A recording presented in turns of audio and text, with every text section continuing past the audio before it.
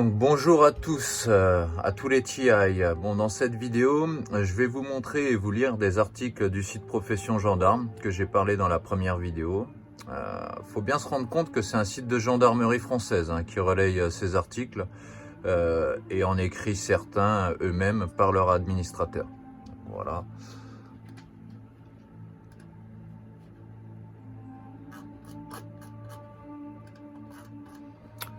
Donc voilà, donc le site de Profession Gendarme. On voit bien, voilà. Donc là, l'introduction au phénomène de harcèlement en réseau en Europe. Donc, je vais lire des extraits. Je ne vais pas tout lire, je mettrai les liens dans la description. Donc, par exemple, donc, du coup, pour celui-là, le harcèlement en réseau lui-même peut être défini comme une campagne de harcèlement psychologique et physique par les services de renseignement des pays développés. Elle consiste en l'utilisation accrue de techniques de surveillance et d'action pour terroriser la cible, et ainsi soit la pousser à agir d'une certaine manière, soit la détruire moralement jusqu'à la pousser au suicide.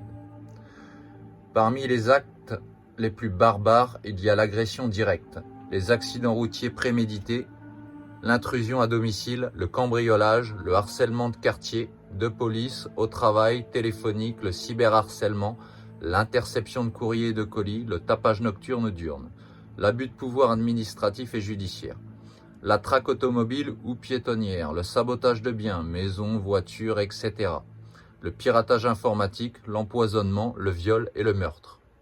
La diffamation est monnaie courante et les victimes voient leur réputation injustement tachée de calomnie, ce qui les ruine sur tous les plans. Cela peut aller jusqu'à la mise en liste noire de l'État.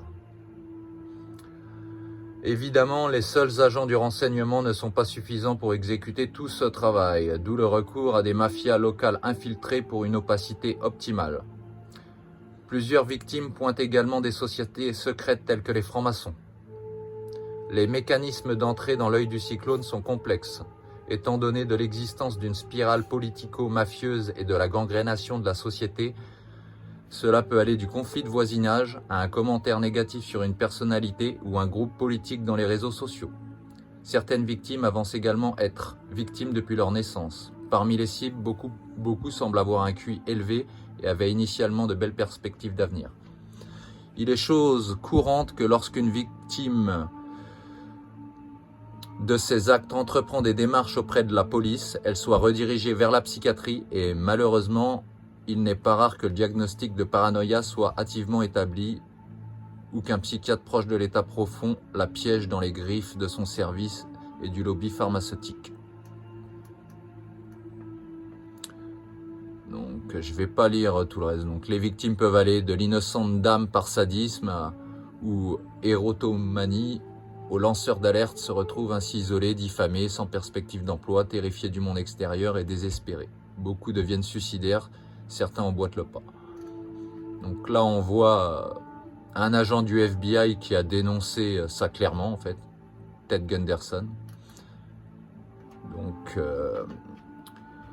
toujours aux États-Unis, le second pionnier de la divulgation est Gerald Sobey, agent du FBI et magistrat. Il a également rédigé un affidavit.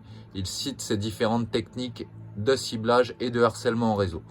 Donc, agression par arme électromagnétique à énergie dirigée, la cybertorture, la surveillance 24 heures sur 24, 7 jours sur 7, les attaques chimiques, les psyops, les agents psychotroniques, les agressions physiques, les tentatives de meurtre, les investigations frauduleuses, l'élimination de preuves, l'obstruction à la justice, le chantage, l'extorsion, l'emprisonnement illégal, la surveillance électronique, le cambriolage et le carjacking, destruction de propriétés privées, implantation d'appareils électroniques. Donc là, on en voit un, des agents du FBI, et là, il y a le deuxième. Voilà. Je vais vous lire un autre extrait d'un autre article. Donc, l'autre article, c'est « Existe-t-il un programme de répression, de torture et d'élimination secret contre les dissidents ?»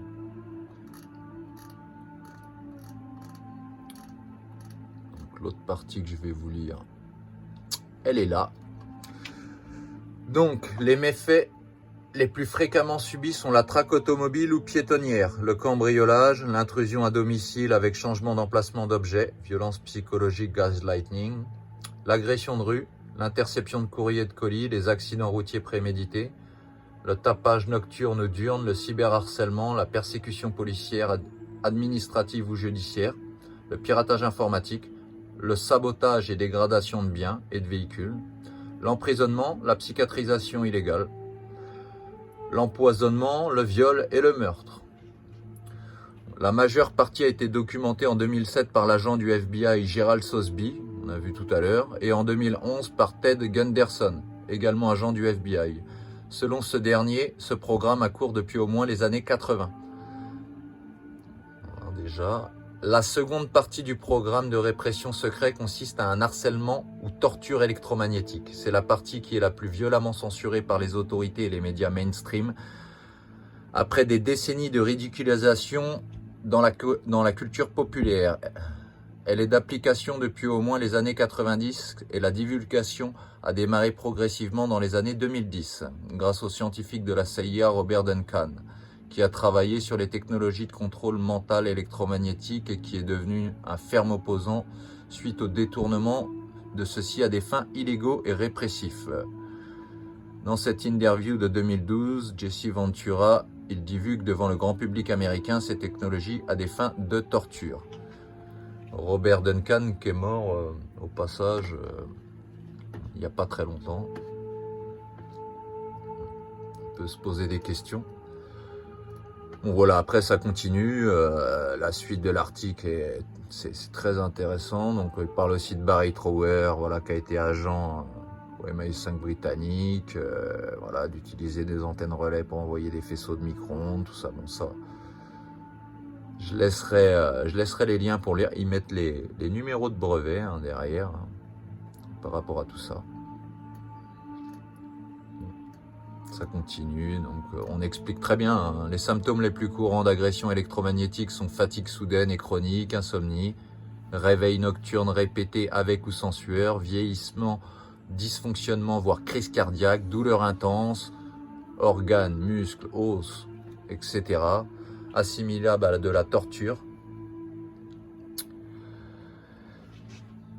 Migraine, acouphènes, vieillissement prématuré, nausées, démangeaisons, brûlures externes ou internes, apnée du sommeil, perte de mémoire et de concentration, manipulation de la libido, inhibition ou excitation artificielle, spasme, saignement du nez, électrochoc, sensation de vibration interne, sensation d'aiguille enfoncée, problèmes visuels, épilepsie, Alzheimer précoce, leucémie et cancer précoce, amnésie, troubles de la coordination, mouvements involontaires et incontrôlés des membres ou des organes internes, vertiges, troubles immunitaires, évanouissement, AVC, enfin on peut continuer.